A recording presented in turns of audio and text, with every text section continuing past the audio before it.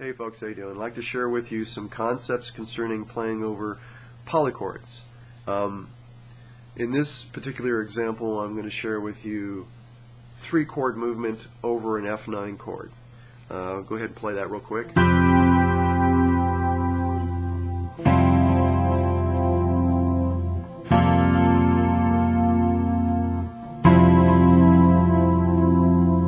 Okay. Those are the chords that's going to be played. Now, what we have here is an F9 in the left hand. That's what I'm playing. So I got the root, the 5, and the 9. And I'm playing in the right hand a 1-5 major 7, which is a C major 7, 1-5 major 7. You don't need to have the major third here because that's really not important. What is important, if you're soloing over top of this, is establishing a key center. And when I refer to key center, I think in terms of sharps and flats. I don't think of necessarily, C major or F major or C sharp minor or C minor necessarily. I don't really think of the letter name as much as I just think of sharps and flats, because it allows me to perceive of what I'm dealing with, of the notes that I have available, and not restrict myself into a certain ideal based on the letter name, because the letter name does kind of weird things to my head. When someone says G major, I get kind of like I know all the notes that are there, but I'm thinking G major, and I don't really want to do that unless that's what I'm supposed to do. If I'm improvising, I like to think of just notes available, which means all the consonant notes and all the notes in between.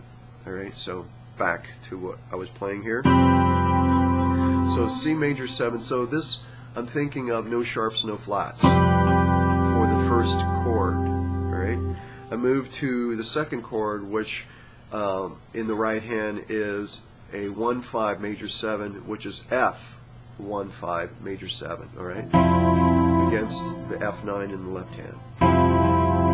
Now that could be also no sharps, no flats, but it also could be 1 flat. Now I'm thinking what's consonant, the immediate scales that are available here.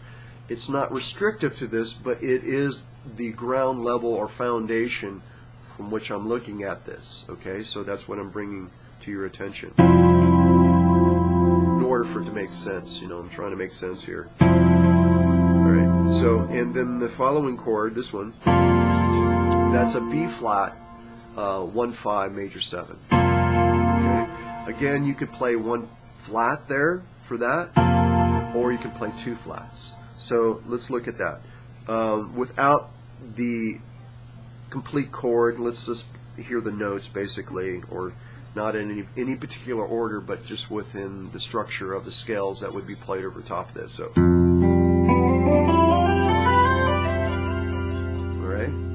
right.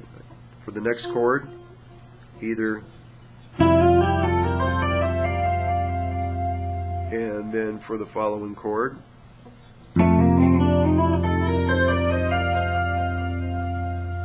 or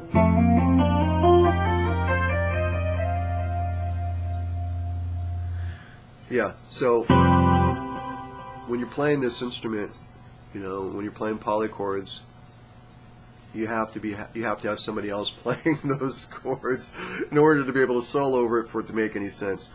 This is from a accompanying perspective, or laying down a track or something like that, where you can play over top of it and just listen for it.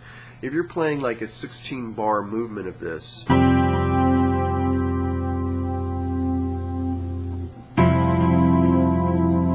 which allows a lot of displacement as far as rhythmically.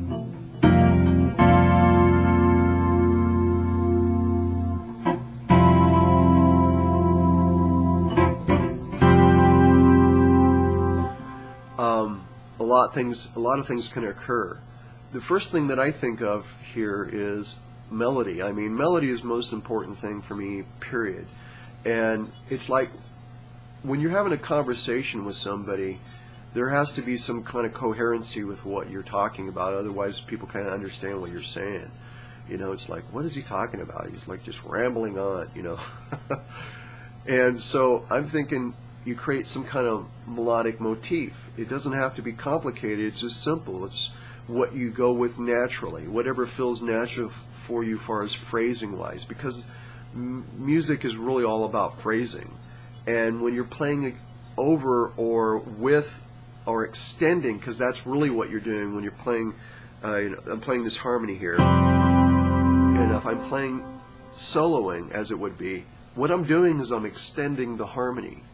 It doesn't matter how fast it is or how slow it is, whatever I'm doing, it's really just extending the harmonic structure of the chord. So keep that in mind. So your conversation is with the harmony, along with what's happening rhythmically and what else that might be occurring harmonically within the context of the band or the situation or whatever that you're playing with. So you establish, at least from my perspective, a coherent phrase, a melody, a motif. And then as it builds, you create more complexity within your conversation, which would be chromaticism. In this case, that's the other thing that I would think of next and that would be really taking notes that are outside of the consonant scales that would normally fit over this chord movement, and using ghost notes, not necessarily chromaticism that's creating dissonance, although you may want to do that, but you might not want to do that right away, and then bring that in a little bit later. But when you do introduce chromaticism, it's more of a ghost note type of thing, and then you're just embellishing the phrase. You're playing it, again, it depends on the rhythmic context of what you're playing over. But these are basic ideas that I think are really effective. And there's never really too much that you could say about this, but mostly what's most important is being able to practice it. It's contemplating this.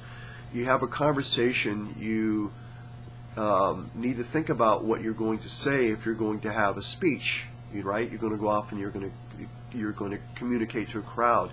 Well, if you're going to go off and play, it's important to be able to know what you're going to say so that they can understand your communication.